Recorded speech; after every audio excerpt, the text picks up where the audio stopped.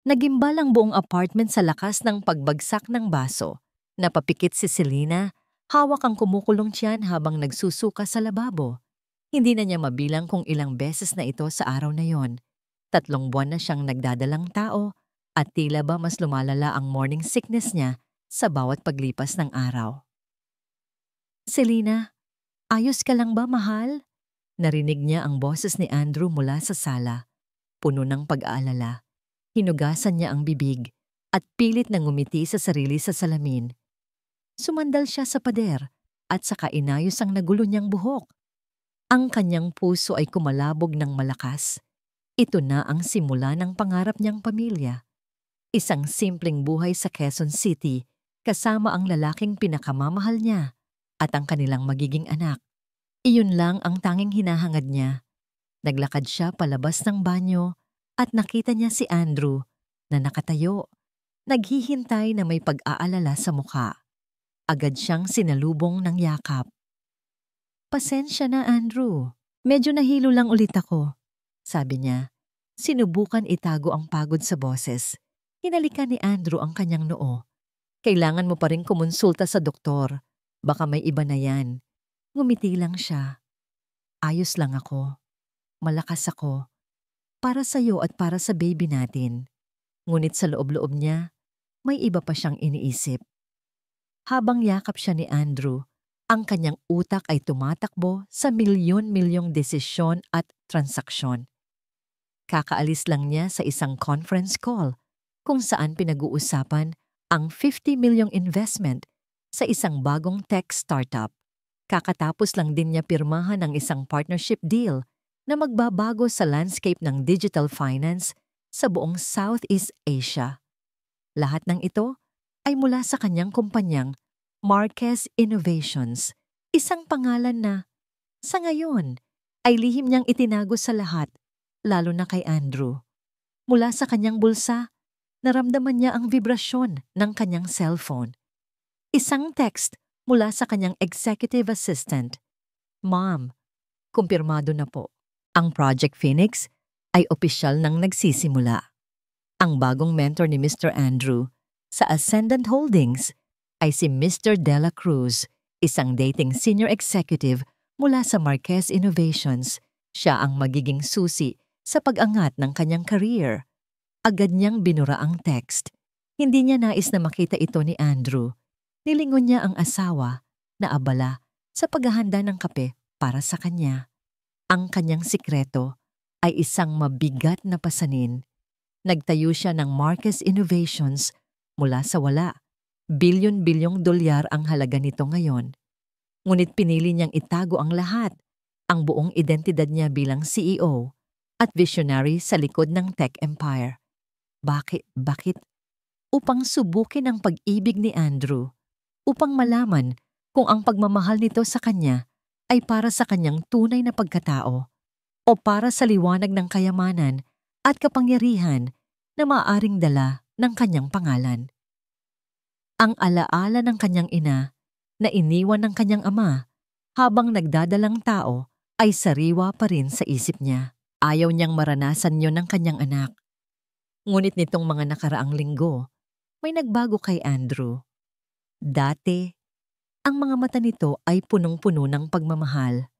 Ngayon, may bakas na ng pagod at kung minsan ay pagkairita. Madalas na rin itong umuwi ng gabi. Amoy pabango ng iba. Sasabihin niyang galing siya sa mga meeting, sa mga team building, sa mga client dinner. Sa simula, pinaniwalaan niya. Sino ba naman siya para magduda? Siya ang nagbigay ng mga oportunidad na yon sa kanya. "Mahal, kailangan ko nang pumasok," sabi ni Andrew. Kinuha ang kanyang briefcase. "May importante kaming meeting ngayon sa Ascendant." Lumapit siya kay Andrew. Hinawakan ang kamay nito. "Mag-ingat ka. Hintayin kita sa hapunan." Hinalikan siya ni Andrew sa noo. Ngunit sa pagkakataong ito, pakiramdam niya ay malamig ang halik. "Hindi ko sigurado kung makakauwi ako ng maaga. Maraming trabaho ngayon." At lumabas na nga si Andrew. Naiwan si Selena sa apartment. Hawak ang kanyang tiyan. kung saan naglalaro ang munting buhay. Tinitigan niya ang sarili sa salamin. Ang kanyang mga mata, na dati puno ng kislap ng pag-ibig at pag-asa, ngayon ay may bahid na ng pag-aalala. Biglang nakarinig siya ng tunog. Tumunog ang cellphone ni Andrew. Nakalimutan niya. Nasa mesa, tabi ng susi ng kotse. Kinuha niya ito at nakita ang isang bagong text message. Galing sa isang hindi kilalang numero. Andrew, galing ba ang pabango mo sa asawa mo? Ang bango, pero hindi bagay sa'yo. See you later, sa meeting room. Mas masarap kasama ang nag-iisang Clarice mo. Napayuko si Selena at naramdaman niya ang unti-unting pag-init ng kanyang mga mata. Isang butil ng luha ang pumatak sa kanyang kamay. Hindi niya akalain na mangyayari ito. May nagbago na ba sa'yo, Andrew? Bulong niya sa hangin. Ang tanong na ito ay binuo ng isang malalim na pangamba. Isang takot na unti-unting bumabalot sa kanyang puso. Malamig ang gabi at mas malamig pa ang pakiramdam ni Selena. 12:00 na ng hating gabi, ngunit wala pa rin si Andrew. Kanina pa lumamig ang inihanda niyang hapunan. Ang kaninang mainit na sinigang na paborito ni Andrew ay nagiging malapot na. Pinilit niyang intindihin. Maraming trabaho nga raw. Pero ang pabango. Ang text message mula kay Clarice, hindi siya mapakali.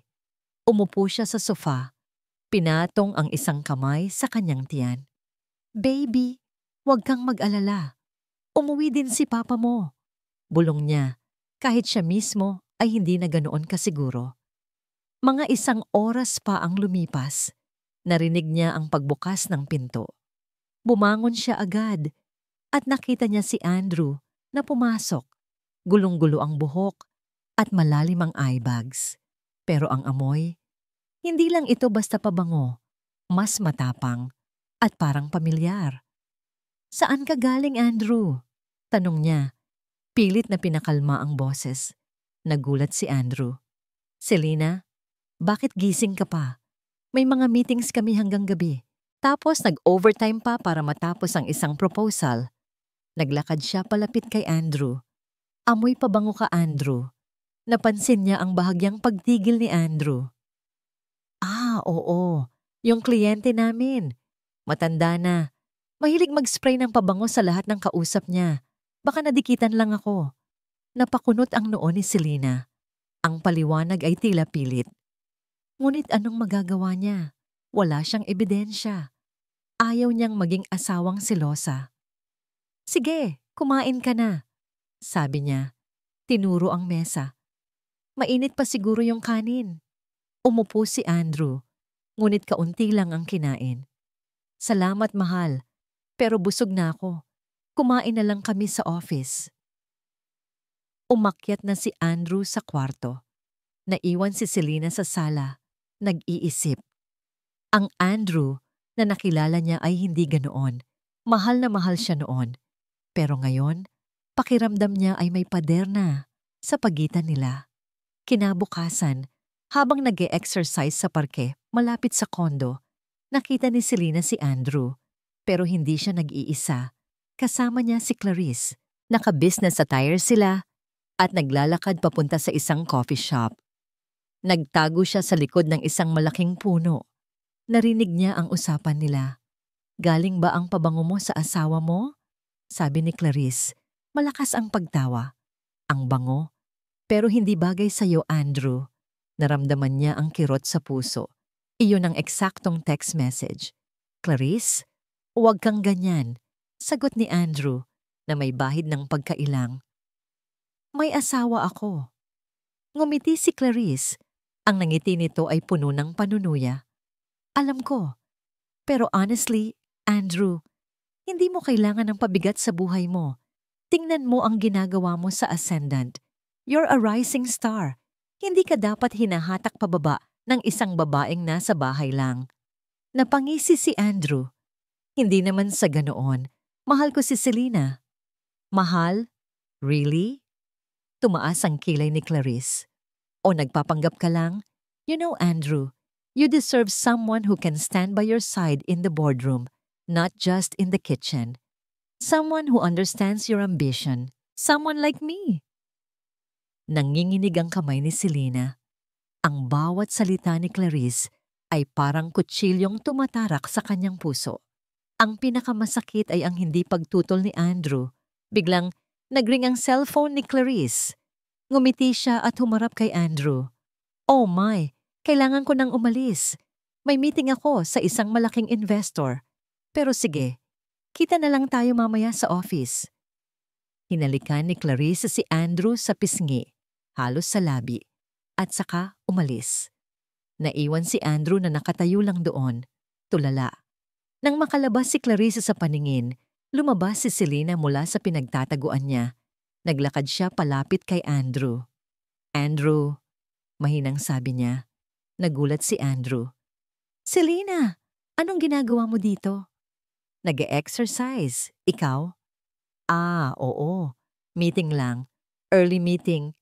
Diretso siyang tumingin sa mga mata ni Andrew. Sino si Clarice? Nagiwas ng tingin si Andrew. Kasama ko sa trabaho. Assistant ko. Assistant? At ang assistant mo ay humahalik sa'yo sa pisngi at sinasabihan kang hindi kailangan ng pabigat sa buhay? Hindi na niya napigilan ang boses niya na bahagyang tumaas. Naging defensive si Andrew. Selena, huwag ka namang mag-isip ng masama. Si Clarice ay ganoon lang talaga. Kaibigan ko. Isa pa, ikaw ang asawa ko. Talaga ba? Isang luha ang tumulo sa pisngi niya. Pero bakit pakiramdam ko, nawawala ka na sa akin, Andrew? Bakit pakiramdam ko, mas importante ang trabaho mo, ang mga kaibigan mo, kaysa sa akin at sa pamilya natin? Nagiging sensitive ka lang dahil buntis ka, sabi ni Andrew. Pilit na huminga ng malalim. Nagpapaka-stress ka. Alam mo namang nagsusumikap ako para sa future natin, di ba? Umiling si Selena. Hindi mo naiintindihan, Andrew. Biglang may naisip si Selena. Ang Project Phoenix, ang bagong mentor ni Andrew na si Mr. Dela Cruz, dating executive ng Marquez Innovations. Siya mismo ang nag-utos na ilagay siya doon. Ano bang nangyayari sa'yo, Selena? Tanong ni Andrew. At sa pagkakataong ito, may bahid na ng pagkairita sa boses niya. Umiling lang si Selena. Hindi na siya magsasalita. Umuwi siya ng mag-isa, habang si Andrew naman ay muling bumalik sa opisina. Sa puso ni Selena, may isang bahagi na nagsasabi, tapos na ang pagsubok. Ngayon, oras na para sa katotohanan. Ilang linggo ang lumipas, ngunit tila mas lumalala ang sitwasyon. Hindi na lang pabango ang amoy ni Andrew. Kung minsan, may bahid na rin ng alak. Ang kanyang mga paliwanag ay mas nagiging pilit. Ang ngiti niya ay bihira na lang lumabas, lalo na kapag sila lang dalawa. Ngunit sa harap ng mga kaibigan o kasamahan sa trabaho, tila siya ang pinakamasayang tao sa mundo. Hindi na kinaya ni Selena ang sakit, ang pangungulila, ang pakiramdam na unti-unti siyang iniiwan ng asawa. Ngunit sa kabila ng lahat, may isang pag-asa siyang pinanghahawakan, ang kanilang anak. Ito ang magiging tulay para muling magkasama ang kanilang pamilya. Ito ang magpapaalala kay Andrew sa tunay na halaga ng kanilang pagmamahalan. Isang hapon, habang nagluluto siya ng paboritong adobo ni Andrew, nagpasya si Selena. Ngayon ang tamang oras. Kailangan niyang sabihin kay Andrew ang tungkol sa sanggol. Baka ito na ang susi para muling mabuhay ang kanilang pag-ibig. Nilagyan niya ng kaunting dekorasyon ang maliit nilang dining table. May kandila, mga bulaklak na binili niya mula sa palengke. Sa gitna ng mesa, may isang maliit na kahon. Sa loob nito ay isang pares ng napakaliit na sapatos ng sanggol, kulay puti. Pinilit niyang ngumiti. Magiging maayos din ang lahat, bulong niya sa sarili habang hinihimas ang kanyang tiyan. Pagpatak ng 8:00, bumukas ang pinto. Si Andrew, ngunit hindi gaya ng dati, hindi siya umuwi na may dalang regalo o bulaklak. Ang mukha niya ay walang emosyon at ang suot niyang suit ay bahagyang gusot. Andrew, nandito ka na. sabi ni Selena.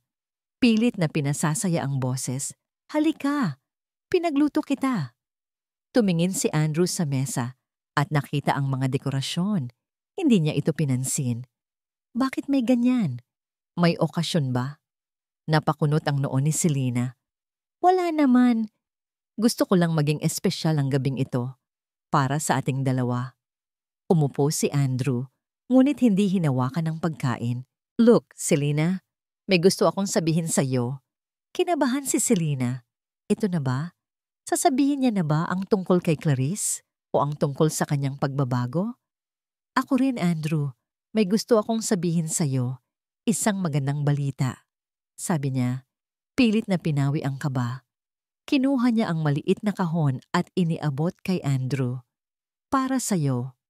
Kinuha ni Andrew ang kahon, binuksan. Tiningnan niya ang maliliit na sapatos. Walang anumang emosyon sa kanyang mukha. Andrew, magiging isang ama ka na, sabi ni Selena, puno ng pag-asa. Buntis ako. 3 buwan na. Magkakaroon na tayo ng baby. Nagulat si Andrew, hindi dahil sa tuwa, kundi sa galit. Bigla niyang ibinato ang kahon sa dingding.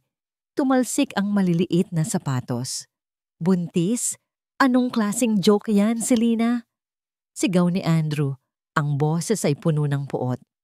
Sa lahat ng oras, ngayon ka pa nagbuntis? Nanlamig si Selena. Anong sinasabi mo? Tumayo si Andrew, nilapitan siya. Ang mga mata ay nanlilisik. Hindi mo ba naiintindihan? Ngayon ako umaangat sa karir ko. Ngayon ako kinikilala.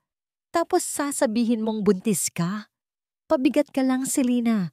Walang halaga ang isang buntis na asawa sa karir na tinatayo ko. Napakagat si Selena sa kanyang labi. Ang mga salita ni Andrew ay tumatarak sa kanyang puso. Mas masakit pa sa anumang physical pain. Andrew, paano mo nasasabi yan? Ito ang anak natin. Ito ang pangarap natin. Wala akong pangarap na ganyan, Selena. Ang pangarap ko ay ang maging matagumpay, ang magkaroon ng pangalan, at hindi ko kailangan ng isang babaeng walang ginawa, kundi maghintay sa bahay, lalo na ngayon na magkakaanak pa tayo. Biglang nagbago ang ekspresyon ni Andrew. Mula sa galit, naging malamig at walang pakialam. Sa totoo lang, Selena, tapos na tayo. Hindi ko na kayang mamuhay kasama ang isang babaeng walang halaga. Pupunta na ako kay Clarice. Sa kanya, nakikita ko ang future ko. Tinalikuran siya ni Andrew. Naglakad patungo sa kwarto. Narinig ni Selena ang pagbukas ng cabinet. Narinig niya ang pagkuha ng mga damit. Hindi niya makapaniwala. Hindi niya inakala na mangyayari ito sa kanya. Andrew, huwag mong gawin yan. Mahinang sabi niya. Halos hindi na lumalabas ang boses. Ngunit hindi siya pinansin ni Andrew. Lumabas ito ng kwarto, may dalang isang maliit na bag. Hindi niya man lang tiningnan si Selena. Andrew, paano naman ang anak natin? Hindi ko problema yan, sagot ni Andrew. Malamig ang boses. Ang problema ko ngayon ay ang sarili ko at ang karir ko. Mag-isa ka na. May iba na akong pamilya. At lumabas na nga si Andrew sa pinto. Narinig niya ang pagbukas at pagkasara ng pinto. Naiwan si Selena sa loob ng apartment, nag-iisa. Ang mesa ay puno pa rin ng pagkain, ngunit ang silid ay naging napakalungkot. Ang maliit na kahon na may sapatos ng sanggol ay nakakalat sa sahig. Gumuho ang mundo ni Selena. Napaupo siya sa sahig, umiiyak. Hindi niya alam kung gaano katagal siya doon. Umiiyak ng walang tunog.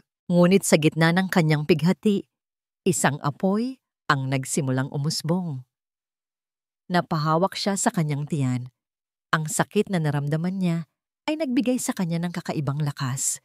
Tumingin siya sa mga sapatos ng sanggol na nakakalat sa sahig. Hindi ko hahayaang mangyari ito sa anak ko. Bulong niya. Ang boses ay puno ng determinasyon. Hindi ko hahayaang maranasan niya ang naramdaman ko. Hindi ko hahayaang maging gaya ng aking ina na iniwan at nag-iisa. Ang mga luha niya ay unti-unting natuyo. Ang kanyang mga mata ay nagkaroon ng kakaibang kislap. Ito ang simula. Ang apartment, na dati puno ng tawanan at pangarap, ay ngayoy tahimik at malamig. Wala nang luha si Selena. Ang kanyang mga mata ay tuyo. Ngunit ang bawat tingin ay may kakaibang kinang. Isang kinang ng galit, sakit, at matinding determinasyon. Hinawakan niya ang kanyang tiyan. Ang munting buhay sa loob niya, ang tanging dahilan niya para lumaban, para tumayo. Naglakad siya patungo sa kanyang kwarto. Hindi na lumingon pa sa mga kalat na naiwan ni Andrew. Sa ilalim ng kanyang kama, kinuha niya ang isang itim na maleta. Hindi ito puno ng mamahaling damit o alahas. Sa halip, puno ito ng mga dokumento, laptop, at tablet. Mga kagamitan ng isang CEO.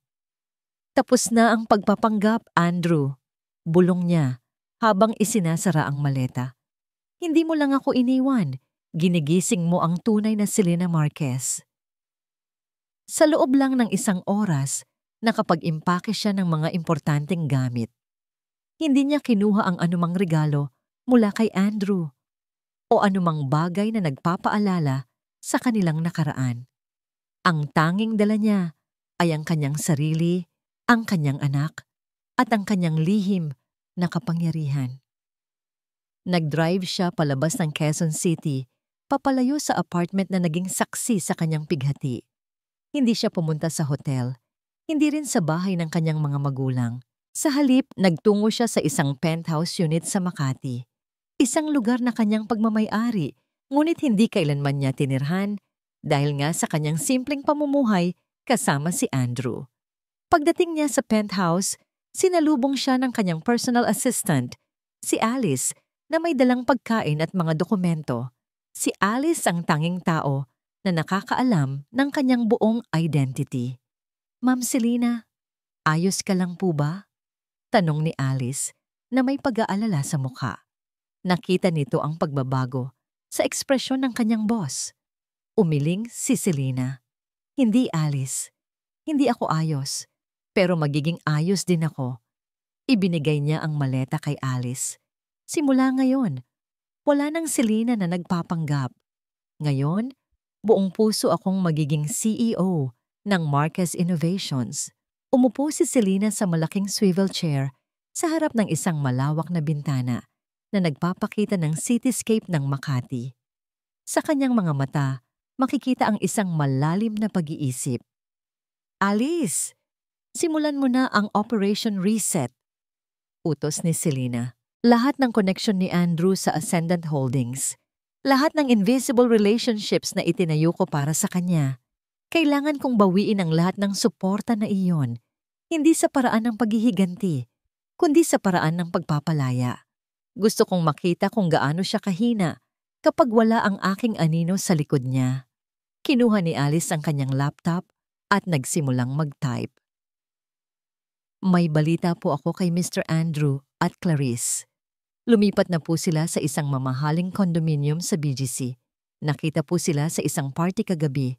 Mukhang nagsa-celebrate. Hindi nagpakita ng reaksyon si Selena. Hayaan mo sila. Malapit na silang mag-celebrate ng kanilang pagbagsak. Sa susunod na mga araw at linggo, naging abala si Selena sa kanyang trabaho. Sa umaga, siya ang CEO ng Marquez Innovations, gumagawa ng mga desisyon na nagpapagalaw sa ekonomiya. Sa gabi, siya ang isang nagdadalang taong ina, nagbabasa ng mga libro tungkol sa pagiging magulang at nakikipag-usap sa kanyang anak sa kanyang tiyan. Ang bawat tawag sa telepono, bawat email na ipinadala niya, bawat pulong na dinaluhan niya, ay may nakatagong layunin. Hindi niya kailangang maging marahas o direkta. Kailangan lang niyang hilahin ang mga tali. Isang araw, habang may video conference siya sa mga board member ng Marquez Innovations, narinig niya ang usapan ng dalawang kasama sa pulong. Sir, ang Ascendant Holdings po ay nagkakaroon ng problema sa kanilang mga investor, sabi ng isang board member. Tila may ilang major funds na biglang nag-withdraw ng kanilang investment, pati po ang isang malaking proyekto nila sa real estate na hold. Tiningnan ni Selena ang screen. Ang kanyang mukha ay kalmado. Ano ang epekto nito sa ating mga partnership? Tanong niya. Tila wala lang. Wala naman po, ma'am. Sagot ng isa pang board member. Actually, mas lalo pa po tayong lumakas dahil sa paglipat ng ilang investors sa atin. Nagtago ng ngiti si Selena. Ang major funds na nag-withdraw ay ang mga investment fund na siya mismo ang naglagay doon.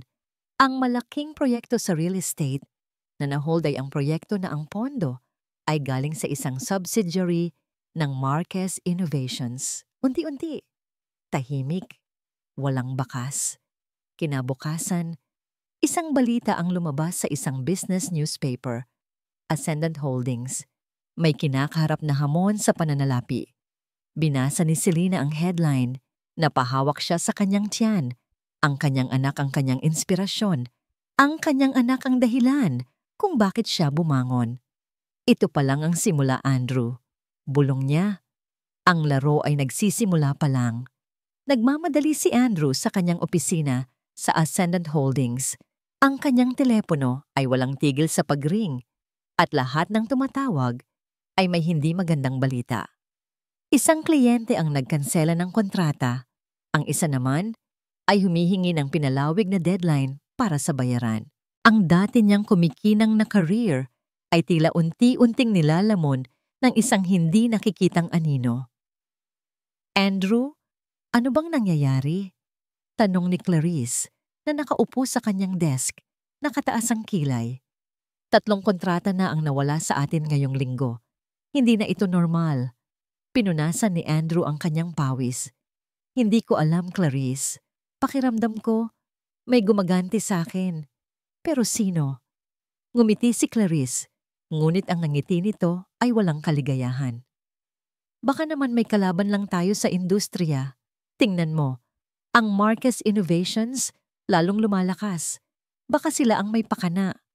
Tumingin si Andrew kay Clarice. Imposible. Walang koneksyon ang Marquez Innovations sa atin. At isa pa, sino ako para pagtuunan ng pansin ng $1 bilyong na kumpanya? Ngunit sa loob-loob niya, may kaunting pagdududa. Naalala niya ang biglaang pagpasok ni Mr. Dela Cruz, ang kanyang mentor, sa kanyang buhay. Si Mr. Dela Cruz ang nagbukas ng maraming pintuan para sa kanya. Ngunit nitong mga nakaraang linggo, halos hindi na niya ito maabot. Ang mga tawag niya ay hindi sinasagot. Ang mga mensahe niya ay hindi nire-replyan.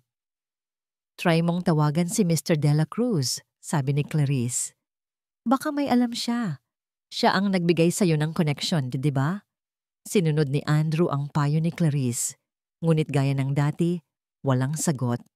Ang kanyang kaba ay lalong lumalala. Wala pa rin, sabi ni Andrew. Ibinaba ang telepono. Hindi na siya sumasagot. Naglakad si Clarice palapit kay Andrew. Tingnan mo, Andrew. Hindi ka ba nagtataka? Ang bilis ng pag-angat mo, tapos ang bilis ding bumagsak. Parang may naglalaro sa'yo. Napakunot ang noo ni Andrew. Sino? Si Selena? Imposible. Isang simple lang siyang babae na nasa bahay. Walang alam sa negosyo. Ngumiti si Clarice. Isang nangiting punong-puno ng panunuya. Sigurado ka ba, Andrew? Kasi may narinig akong bulong-bulungan. May connection daw si Selena sa isang powerful figure sa likod ng Marquez Innovations. Baka naman, ginagamit mo lang siya noon. Tapos ngayon, ginagamit ka rin niya. Ngalit ang ngipin ni Andrew. Sinungaling ka, Clarice. Ano ba ang sinasabi mo? Hindi ako nagsisinungaling, Andrew. Sagot ni Clarice, malakas ang boses. Ang sinasabi ko ay ang katotohanan. Bakit kanya hahayaang magtagumpay kung alam niyang iiwan mo rin siya? Hindi ka ba nagtataka kung bakit ang bilis mong umangat? Sa tingin mo, sarili mong galing lahat yun? Biglang, may naisip si Andrew. Ang lahat ng oportunidad na dumating sa kanya. Ang mga koneksyon, ang mga pondo. Lahat ng yun ay nagsimula noong kasama pa niya si Selena. Pero mabilis niyang itinanggi ang ideya. Hindi. Imposible. Isang simpleng babae lang si Selena. Hindi niya kayang gawin ang lahat ng ito. Clarice, huwag ka nang magsabong, sabi ni Andrew. Pilit na pinakalma ang sarili. Ang kailangan natin ngayon ay ang makahanap ng paraan para makaahon. Ngunit sa loob-loob niya, may bumubulong. Isang maliit na boses na nagsasabing, "What if?" What if tama si Clarice? Lumipas ang mga araw at lalong lumala ang sitwasyon. Isang malaking project na inaasahan nilang magbibigay ng milyon-milyong kita ang biglang na-hold. Ang dahilan? Unforeseen circumstances at lack of confidence from investors. Andrew ay naglakad-lakad sa kanyang opisina na tila isang leon na nakakulong. Narinig niya ang kanyang cellphone na tumunog. Isang text message mula sa bangko. Your credit limit has been reduced due to recent financial activities. Napaupo si Andrew sa kanyang upuan. Ang kanyang puso ay kumalabog ng malakas. Anong nangyayari? Lahat ng kanyang pera. Ang kanyang credit limit. Ang kanyang mga kontrata. Lahat ng yon ay tila unti-unting nawawala. May problema ba, Andrew? Tanong ni Clarice na nakaupo sa desk, abala sa kanyang cellphone. Ang kanyang boses ay malamig at walang anumang pag-aalala. Tumingin si Andrew kay Clarice. Sa pagkakataong ito, may nakita siyang kakaiba sa mga mata nito. Isang kislap ng pagkalkula, hindi pag-aalala. Biglang tumayo si Clarice. Andrew, kailangan ko nang umalis. May emergency meeting ako. Emergency meeting? Saan? Tanong ni Andrew. Ngumiti si Clarice. Basta. Importanteng meeting. Kaya mo na yan, Andrew. At lumabas na nga si Clarice. Naiwan si Andrew na nag-iisa. Ang kanyang opisina, na dati puno ng pag-asa, ay ngayoy puno ng mga anino ng pagbagsak. Tiningnan niya ang kanyang telepono. Isang news alert. Marquez Innovations. Lumalawak ang impluwensya sa tech industry. Sino ka ba talaga, Selena? Bulong niya. Ang tanong na ito ay binuo ng isang malalim na pangamba, isang takot na unti-unting bumabalot sa kanyang puso. Ang huling mga araw ay tila isang bangungot para kay Andrew. Ang kanyang opisina ay naging isang sementeryo ng mga pangarap. Walang pumapasok na kontrata, walang tumatawag na kliyente. Ang mga empleyado ay unti-unting umaalis at ang Ascendant Holdings ay naging isang pangalan na kinatatakutan na sa industriya. Isang umaga, dumating siya sa opisina at nakita niya ang isang nakakabit na abiso sa kanyang pinto. Notice of lease termination. Nakasaad doon na kinakailangan niyang lisanin ang opisina sa loob ng 1 linggo dahil sa unforeseen circumstances at re-evaluation of building occupancy.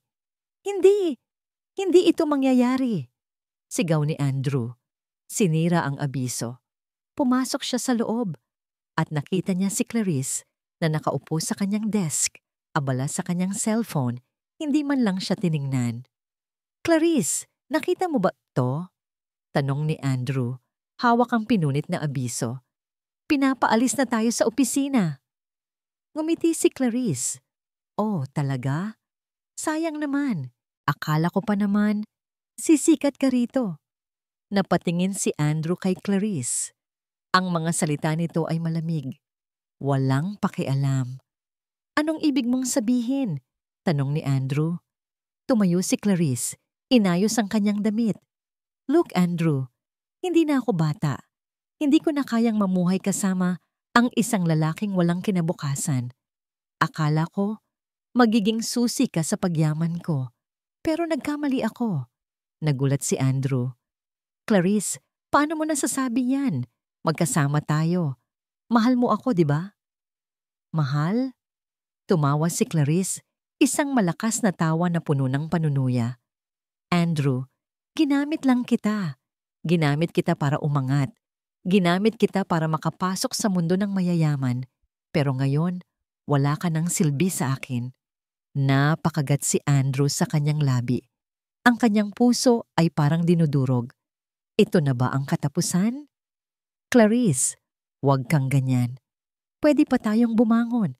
Magtutulungan tayo. Pakiusap ni Andrew. Umiling si Clarice. No, Andrew, ikaw lang. Hindi ako. Nagpadala na ako ng resignation letter sa Ascendant at aalis na ako sa apartment. Nanlaki ang mata ni Andrew. Aalis ka na? Saan ka pupunta? Sa kung saan may mas magandang kinabukasan, sagot ni Clarice. Walang emosyon. May nakausap na akong bagong mentor. Mas mayaman kaysa sayo. Mas makapangyarihan. Pero Clarice, paano naman ako? Ngumiti si Clarice, isang nangiting punong-puno ng paghamak. Ikaw? Wala na akong pakialam sa'yo, Andrew. Mag-isa ka na. Goodbye. At lumabas na nga si Clarice sa opisina, hindi na lumingon pa kay Andrew. Naiwan si Andrew na nakatayo doon, tulala. Ang kanyang mundo ay gumuho. Naglakad siya palabas ng opisina at nakita niya ang mga empleyado na naglilipat ng kanilang mga gamit. Ang mga board member ay nagpupulong, ngunit hindi siya pinansin. Ang Ascendant Holdings ay tapos na. Umuwi siya sa kanilang condominium. Ngunit pagbukas niya ng pinto, lalo siyang nagulat. Ang mga gamit ni Clarice ay wala na. Ang kanyang mga alahas, ang kanyang mga mamahaling damit, ang kanyang mga sapatos, lahat ng iyon ay nawala. May nakita siyang isang maliit na sobre sa mesa. Binuksan niya ito. Isang maikling sulat mula kay Clarice. Hindi ko kailangan ng isang talunan. Mag-isa ka na. Salamat sa lahat ng opportunities na ibinigay mo, pero mas maganda na ang nakita ko. Napaupo si Andrew sa sahig. Ang kanyang mga kamay ay nanginginig. Ang kanyang mga mata ay puno ng luha. Wala na. Wala na siya. Ang kanyang career, ang kanyang pamilya, ang kanyang pag-ibig, lahat ng iyon ay nawala sa isang iglap. Naalala niya ang mukha ni Selena, ang kanyang asawa, ang kanyang buntis na asawa na iniwan niya. Ang mga salita niya na, pabigat ka lang. Ang kanyang pagtanggi sa kanyang anak. Selena, bulong niya, patawarin mo ako. Ngunit huli na ang lahat. Wala na si Selena, wala na si Clarice, wala na ang kanyang career, wala na ang kanyang pangarap. Ang tanging naiwan ay ang kanyang sarili. Nag-iisa sa isang walang laman na condominium. Narinig niya ang kanyang cellphone na tumunog. Isang balita mula sa kanyang newsfeed. Marquez Innovations naglunsad ng bagong programa para sa women empowerment. Tiningnan niya ang larawan. Si Selena, nakatayo sa harap ng maraming tao, nakangiti, at ang kanyang tiyan ay malaki na. Ang kanyang mga mata ay puno ng kislap. Hindi ng pag-aalala, kundi ng kapangyarihan. Selena, ikaw pala, bulong ni Andrew. Isang nakakapanindig balahibong realization ang tumama sa kanya. Ang lahat ng nangyari. Ang biglaang pagbagsak. Ang pagkawala ng mga koneksyon. Lahat ng yun ay konektado kay Selena. Ngunit paano? Ang huling mga araw ay isang malaking limbo para kay Andrew. Walang trabaho, walang bahay, walang kaibigan. Ang dati niyang marangyang buhay ay naging isang alikabok na lang. Nagpalaboy-laboy siya sa mga lansangan, natutulog sa bangketa at kumakain ng tira-tira. Ang kanyang dating gwapong mukha ay napuno ng balbas at pagod. Ang kanyang damit ay gusot at marumi. Ang kanyang pagkatao ay gumuho. Ang kanyang ego ay nabasag. Sa bawat paghiga niya sa malamig na semento, naaalala niya ang mga salita ni Selena, ang kanyang asawa na iniwan niya, ang kanyang anak na tinanggihan niya. Ang sakit at pagsisisi ay unti-unting lumalamon sa kanya. Isang araw, habang nakaupo siya sa isang parke, basang-basa sa ulan, narinig niya ang kanyang cellphone na tumunog. Isang hindi kilalang numero. Nag-aalangan siyang sagutin, ngunit sa huli ay kinuha niya ito. Hello? Mahina niyang sabi. Mr. Andrew Garcia? Sabi ng isang formal na boses. Iniimbitahan ka namin sa isang importanteng pulong bukas ng umaga, 9:00, sa Marquez Innovations Tower. Tungkol ito sa iyong huling mga ari-arian. Nagulat si Andrew. Marquez Innovations? Bakit siya iimbitahan ng kumpanyang iyon? Ang kumpanyang pinamamahalaan ng CEO na ang larawan ay nakita niya sa balita. Isang larawan na halos hindi na niya makilala. Para saan? Tanong ni Andrew. Para sa formal na pagtatapos ng lahat ng iyong mga nakaraang kontrata at pag-aari. Sagot ng boses. Ang iyong presensya ay mahalaga. Sa kabila ng kanyang pagkalito at pagdududa, may kaunting pag-asa si Andrew. Baka ito na ang kanyang pagkakataon para magpaliwanag. Baka ito na ang kanyang pagkakataon para humingi ng tawad. Kinabukasan, maaga siyang nagtungo sa Marquez Innovations Tower. Nag-abang siya sa labas ng building, pinilit ayusin ang kanyang sarili. Ang kanyang damit ay gusot pa rin, ngunit sinubukan niyang maging presentable. Pagpasok niya sa lobby, sinalubong siya ng isang security guard. Mr. Andrew Garcia? Tumango si Andrew. Ako nga po. Halika po, sundan niyo ako, sabi ng guard. Sinundan niya ang guard sa isang elevator at umakyat sila sa pinakamataas na palapag. Kinabahan si Andrew. Ang lugar ay napakaganda at marangya. Ibang-iba sa mundong kanyang kinalalagyan ngayon. Pumasok sila sa isang malaking conference room.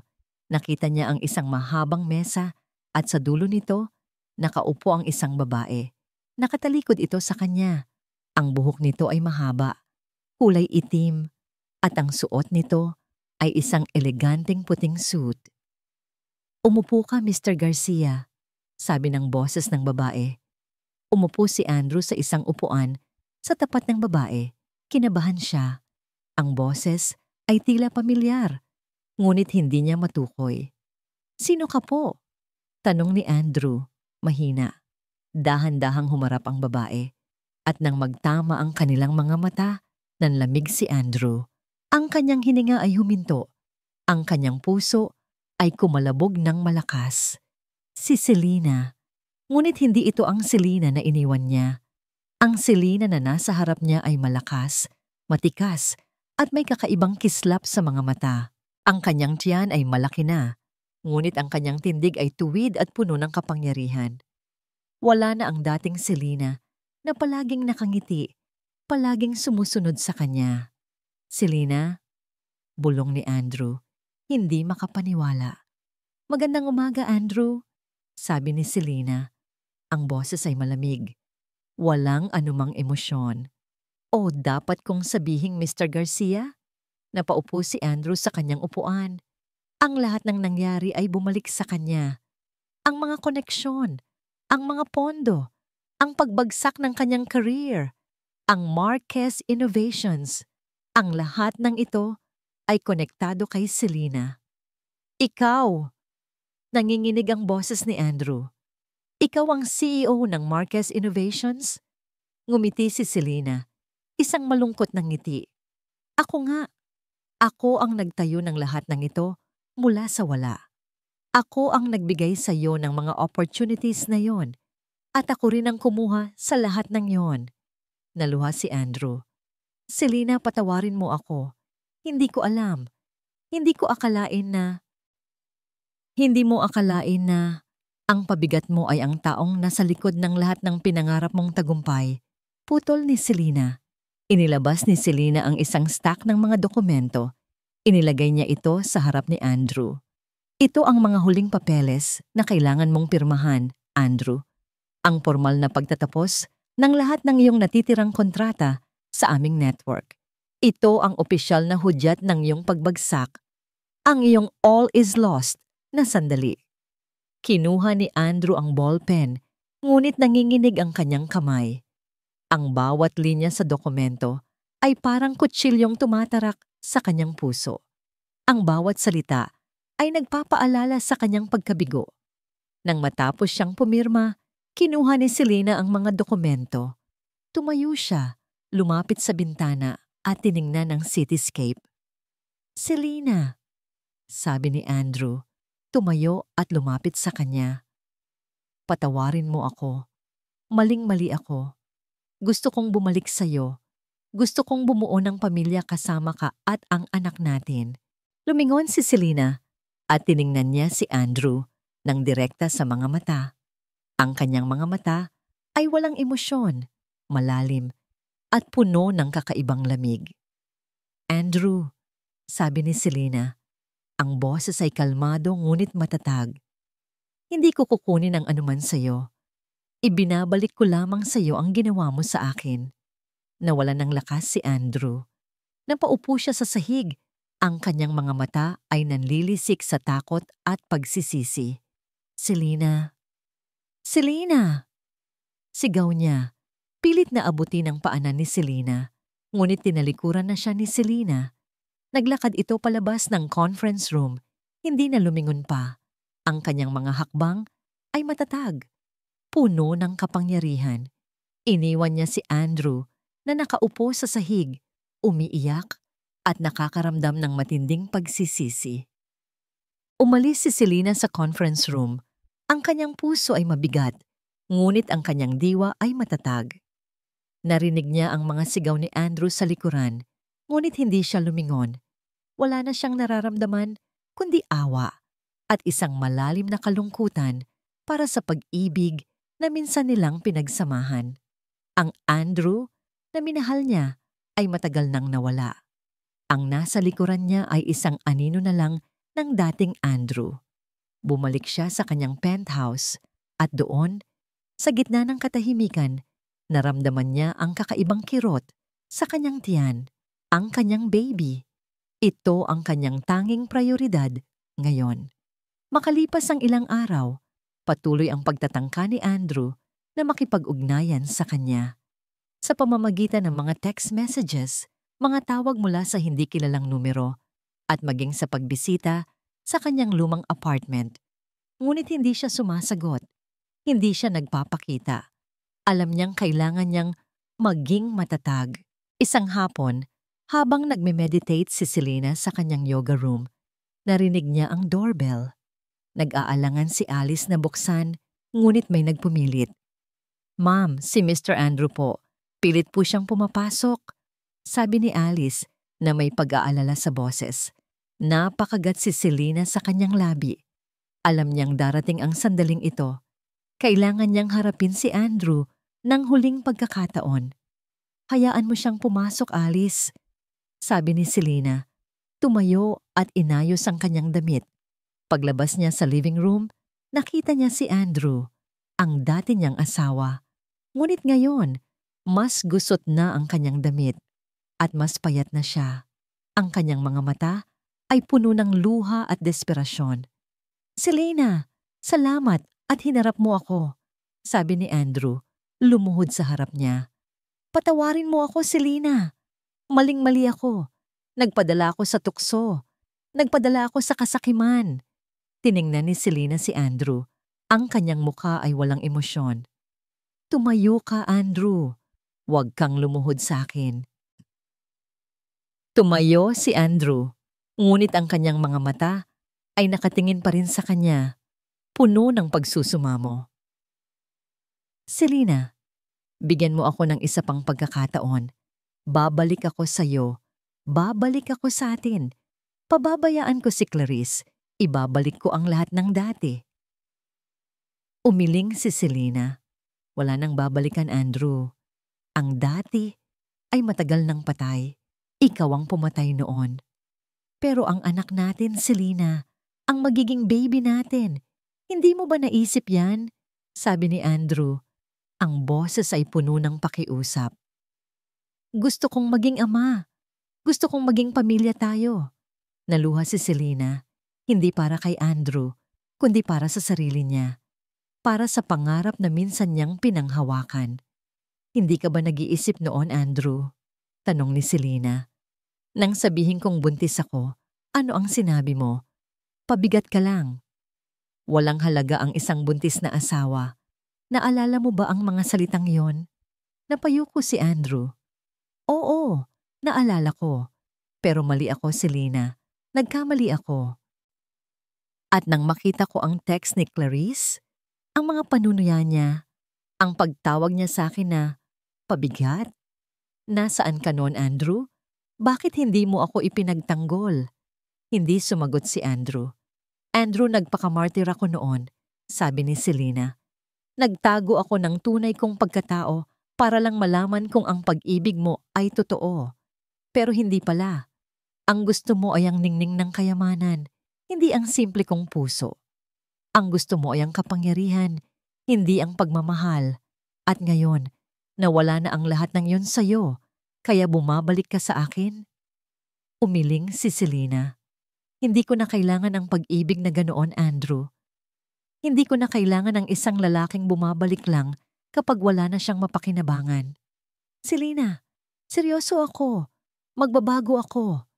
Pakiusap ni Andrew. Hindi, Andrew. Huli na ang lahat. Sabi ni Selena. Matatag ang kanyang boses. Ang pag-ibig ko para sa iyo ay namatay na kasabay ng iyong mga salita.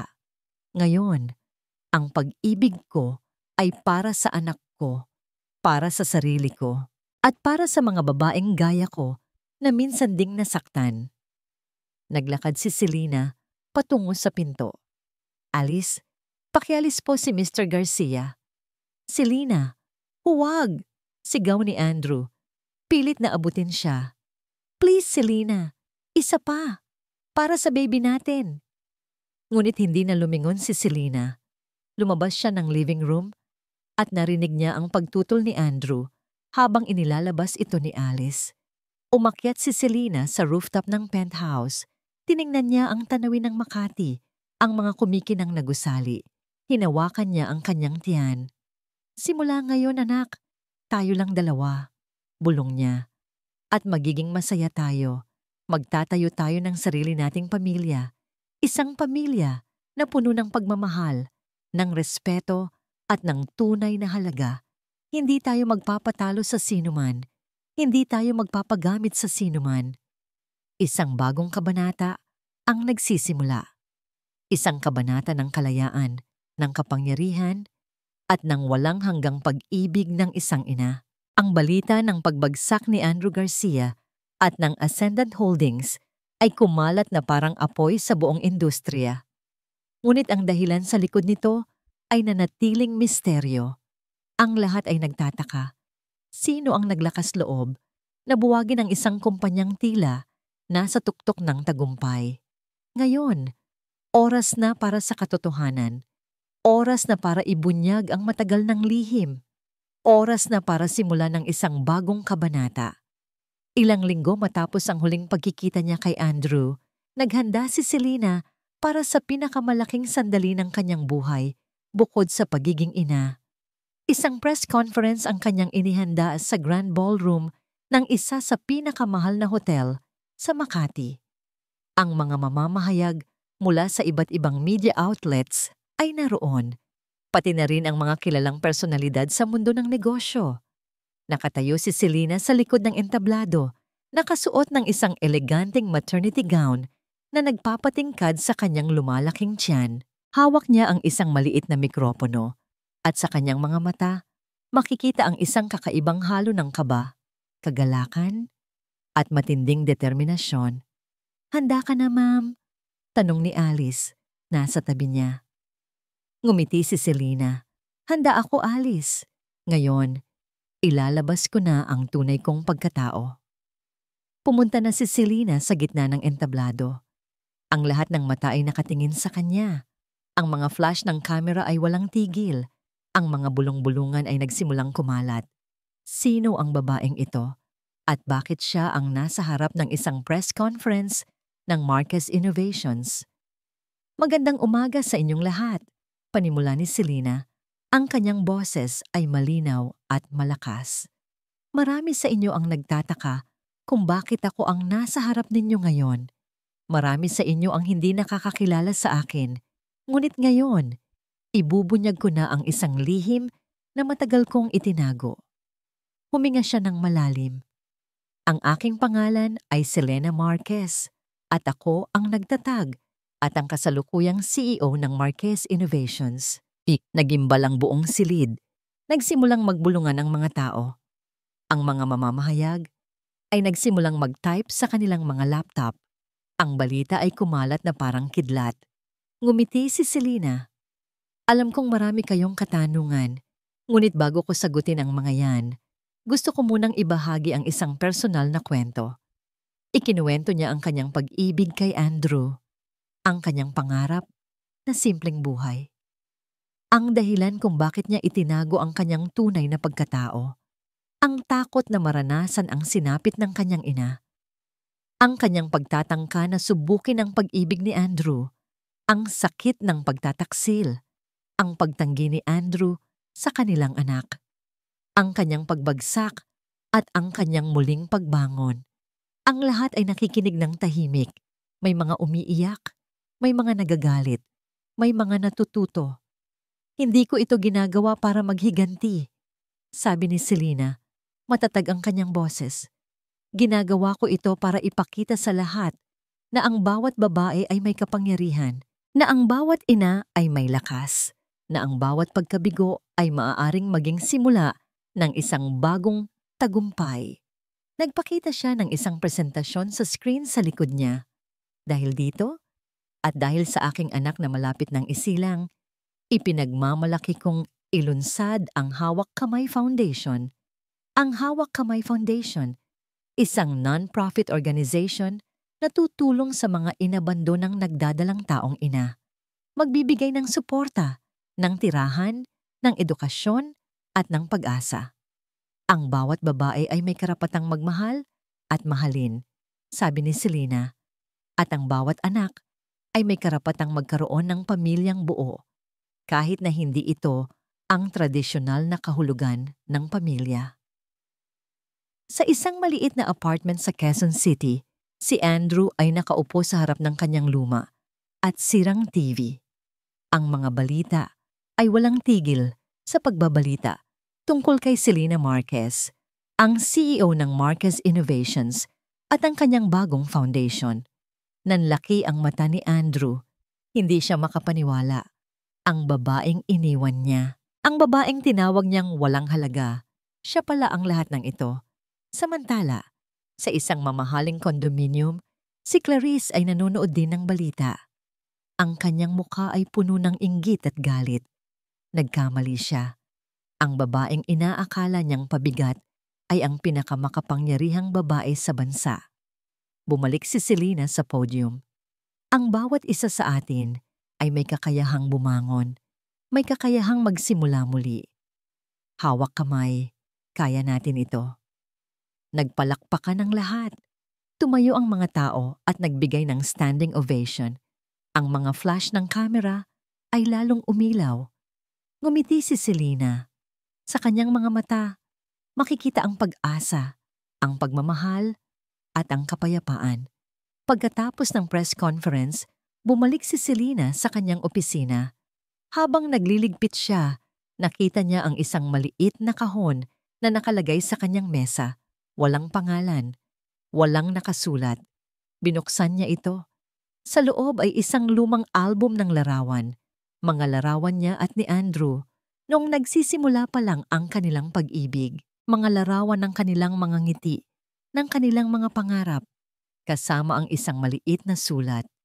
Isang salita lang, patawad. Ngunit hindi na siya nagpakita ng reaksyon. Tiningnan niya ang mga larawan at pagkatapos ay isinara ang album. Hindi niya ito kailangan. Ang nakaraan ay tapos na. Kumuha siya ng posporo at sinunog ang album at ang sulat sa isang malaking ashtray. Pinanood niya ang mga apoy na unti-unting lumamon sa mga alaala. Ang tanging naiwan ay ang abo. Ang Hawak Kamay Foundation ay naging isang malaking tagumpay. Sa loob lamang ng ilang linggo, daan-daang nagdadalang taong ina ang lumapit upang humingi ng tulong. Ang opisina ng foundation ay puno ng tawanan at pag-asa. Si Selena, na ngayon ay halos 8 buwan ng buntis, ay masayang-masaya sa bawat pagtulong na kanyang naibibigay. Sa isang pulong sa opisina ng Hawak Kamay, kausap niya ang ilang staff at volunteers. Kailangan nating tiyakin na bawat babae ay makakaramdam ng suporta at pagmamahal, sabi ni Selena habang nakangiti. Hindi sila nag-iisa, hawak kamay tayo. Ma'am Selena, Napakarami po nang nagpapasalamat sa inyo, sabi ng isang volunteer. Marami po sa kanila ang nawalan na ng pag-asa, pero dahil sa inyo, nagkaroon sila ng bagong pananaw sa buhay. Naluha si Selena. Ito ang kanyang tunay na tagumpay. Hindi ang bilyon-bilyong dolyar ng Marquez Innovations, kundi ang mga ngiti at pag-asa na kanyang naibibigay. Isang hapon, habang nagpapahinga siya sa kanyang penthouse, may kumatok sa kanyang pinto. Si Alice. Ma'am, may isang abogado po na gustong kumausap sa inyo. Galing po kay Mr. Andrew, sabi ni Alice na may pag-aalala sa mukha. Umiling si Selena. Hindi ko siya kakausapin, Alice. Ang nakaraan ay tapos na. Pero ma'am, pilit po siyang nagpapadala ng mga mensahe. Gusto raw po niyang makita ang baby, sabi ni Alice. Napahawak si Selena sa kanyang tiyan. Ang kanyang baby, ang pinakamamahal niyang anak. Sabihin mo sa kanya, Alice, na ang anak ko ay may karapatan sa isang amang responsable at nagmamahal. Hindi isang amang iniwan ng kanyang ina habang buntis. Sabihin mo sa kanya na kung talagang mahal niya ang anak ko, dapat niya itong patunayan sa mga gawa, hindi lang sa mga salita. At sa ngayon, wala akong nakikita. Sumunod si Alice. Naiwan si Selena. Nakaupo sa sofa, nag-iisip. Alam niyang kailangan niyang maging matatag. Hindi lang para sa sarili niya, kundi para sa kanyang anak. Sa mga sumunod na araw, ipinagpatuloy ni Selena ang paghahanda para sa kanyang pagiging ina. Pinuntahan niya ang nursery room na inihanda niya para sa baby. Puno ito ng mga kulay pastel, malambot na kumot at mga cute na laruan. Hinihimas niya ang bawat laruan, bawat damit. Nagsisimula na siyang mangarap ng mga kwento na ikukwento niya sa kanyang anak. Ang mga kanta na ikakanta niya. Ang mga yakap at halik na ibibigay niya. Malapit na, baby. Bulong niya sa kanyang tiyan. Malapit ka nang lumabas. At kapag lumabas ka, ipapakita ko sa iyo kung gaano ka namin kamahal. Ikaw ang pinakamagandang regalo sa akin. Isang hapon, habang naglalakad siya sa parke, kasama ang kanyang mga kaibigan at kasamahan sa hawak kamay, nakita niya ang isang pamilya, isang ama, isang ina at ang kanilang mga anak. Naka-holding hands sila, masaya. Ngumiti si Selena. Hindi siya nakaramdam ng inggit. Sa halip nakaramdam siya ng kapayapaan. Alam niya na ang kanyang pamilya ay hindi man gaya ng nakita niya. Ngunit ito ay puno ng pagmamahal. Ito ay buo. Ma'am Selena, kailangan na po nating bumalik, sabi ni Alice. May meeting pa po kayo sa hapon. Tumango si Selena. Naglakad sila pabalik sa kotse. Sa bawat hakbang, naramdaman niya ang kakaibang kirot sa kanyang tiyan. Ngunit sa pagkakataong ito, hindi ito kirot ng kalungkutan, kundi kirot ng pag-asa. Nang makarating sila sa opisina, biglang naramdaman ni Selena ang isang malakas na paghilab. Napakapit siya kay Alice. Alice, nararamdaman ko na, sabi ni Selena. Ang kanyang mga mata ay nanlaki. Ang ano po, ma'am? Tanong ni Alice na nag-aalala. Ang baby. Malapit na siya, sabi ni Selena habang pilit na humihinga ng malalim. Ang hospital room ay napuno ng puting ilaw, ngunit sa mga mata ni Selena, ito ay puno ng pag-asa. Ang bawat paghilab ay nagpapaalala sa kanya ng kanyang lakas, ng kanyang pagtitiis. Hinawakan niya ng mahigpit ang kamay ni Alice na nasa tabi niya, puno ng pag-aalala at suporta.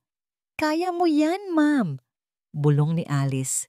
Pinilit ni Selena ang sarili, ang kanyang anak. Ito ang kanyang tanging iniisip. Ang kanyang anak ang kanyang inspirasyon. Matapos ang mahabang oras ng paghihirap, narinig niya ang pinakamagandang tunog sa mundo. Ang iyak ng isang sanggol. Isang malusog na babae, ma'am, sabi ng doktor habang inilalabas ang sanggol. Naluha si Selena. Ang lahat ng sakit, ang lahat ng pighati ay nawala sa isang iglap. Sinalubong niya ang kanyang anak, isang munting nilalang na napakaputi at napakaganda. Inilagay ng nurse ang sanggol sa kanyang dibdib. Naramdaman ni Selena ang mainit na balat ng kanyang anak. Amoy baby, ang pinakamagandang amoy sa buong mundo. Anak ko, bulong niya, habang hinahalikan ng noo ng kanyang anak. Welcome sa mundo. Tiningnan niya ang kanyang anak, at sa mga mata nito, nakita niya ang kanyang pag-asa, ang kanyang pagmamahal, ang kanyang tagumpay. Hindi ito ang tagumpay ng Marcus Innovations. Hindi ito ang tagumpay laban kay Andrew. Ito ang tagumpay ng isang ina. Ang tagumpay ng isang babaeng minsan ding nasaktan, ngunit bumangon para sa kanyang anak. Ilang linggo ang lumipas at si Selena ay masaya nang namumuhay kasama ang kanyang anak. Pinangalanan niya itong Hope. Si Hope ang kanyang pag-asa, ang kanyang inspirasyon. Sa araw, siya ang CEO ng Marcus Innovations at ang founder ng Hawak Kamay Foundation. Sa gabi, siya ang ina ni Hope, nagbabasa ng mga kwento, nagkakanta ng lullabies, at nagbibigay ng walang hanggang pagmamahal. Isang hapon, habang abala siya sa pagpapakain kay Hope, nakita niya ang balita sa TV. Isang short news clip tungkol kay Andrew. Nagtatrabaho na lang ito ngayon bilang isang ordinaryong empleyado sa isang maliit na kumpanya. Payat pa rin, at ang kanyang mga mata ay puno pa rin ng kalungkutan. Hindi na siya nakaramdam ng galit. Wala ng puot, tanging awa, at isang maliit na bahagi ng kalungkutan para sa isang lalaking minsan niyang minahal. Napagtanto niya na ang tunay na paghihiganti ay hindi ang makita ang kaaway na bumagsak, kundi ang bumangon, maging mas maganda, mas malakas, at magbigay inspirasyon. Pagkatapos ng balita, may sumunod na segment. Isang balita tungkol sa Hawak Kamay Foundation. Maraming kababaihan ang nagpapasalamat kay Selena. Maraming kababaihan ang nagkaroon ng bagong buhay. Ngumiti si Selena. Hinawakan niya ang kamay ni Hope. Anak ko. Bulong niya. Ang iyong ina ay hindi perpekto. Nagkamali ako noon. Ngunit dahil sa iyo natuto akong magmahal. Natuto akong maging matatag. At ngayon, ipapakita ko sa iyo kung gaano ka namin kamahal. At ipapakita ko sa buong mundo na ang bawat babae ay may kakayahang bumangon. Ang bawat babae ay may kakayahang maging malakas. Naglakad si Selena patungo sa bintana. Hawak si Hope. Tiningnan niya ang araw na unti-unting lumulubog. Ang kulay orange at purple na kalangitan ay nagbigay sa kanya ng kapayapaan. Ang kanyang buhay ay isang bagong simula. Isang bagong kabanata. Isang bagong pag-asa. At sa piling ng kanyang anak, alam niyang ang kanyang tunay na tagumpay ay hindi ang kayamanan o kapangyarihan, kundi ang pag-ibig, ang pamilya, at ang kapayapaan sa kanyang puso. At dito nagtatapos ang kwento ni Selena at Andrew. Sa mga mahal naming nakikinig mula sa kaibuturan ng aking puso, maraming salamat sa inyong walang sawang pagsubaybay sa bawat kabanata ng buhay ni Selena. Isang karangalan ang maging inyong kasama sa emosyonal na paglalakbay na ito. Sa bawat luhang pumatak, sa bawat galit na naramdaman, at sa bawat kislap ng pag-asang muling sumibol. Hindi naging madali ang paghabi ng istoryang ito. May mga pagkakataong ako mismo ay nalulungkot para kay Selena. At may mga pagkakataong ako ay naiinis sa mga hamon na kanyang pinagdaanan. Ngunit sa bawat salita at bawat eksena, isang bagay ang malinaw na lumabas. Ang hindi matatawarang lakas ng isang babae. Naway ang kwento ni Selena ay nag-iwan ng malalim na marka sa inyong mga puso. Naway naunawaan ninyo na ang tunay na halaga ng pagmamahal ay hindi matatagpuan sa yaman o kapangyarihan, kundi sa katapatan, respeto, at sa kakayahang bumangon sa kabila ng pinakamalalaking pagkabigo. Ang pagpapatawad ay hindi laging para sa iba, kundi para sa sarili nating kapayapaan. At ang pag-asa, kailanman, ay hindi dapat mawawala, lalo na kapag meron tayong ipinaglalaban. Ang bawat dulo ay isang bagong simula, at sa bawat pagbagsak, may pagkakataong mas maging matatag, at mas makabuluhan. Maraming salamat muli sa inyong pagiging bahagi ng pamilya ng aming audio drama. Hinihikayat ko kayong ibahagi ang inyong mga saloobin at damdamin. Ano ang natutunan ninyo mula kay Selena? Anong bahagi ng kwento ang pinakatumagos sa inyong puso? Magkita-kita tayong muli sa susunod na kwento na puno pa rin ng pag-ibig, drama, at aral sa buhay. Hanggang sa muli, mga kakapamilya.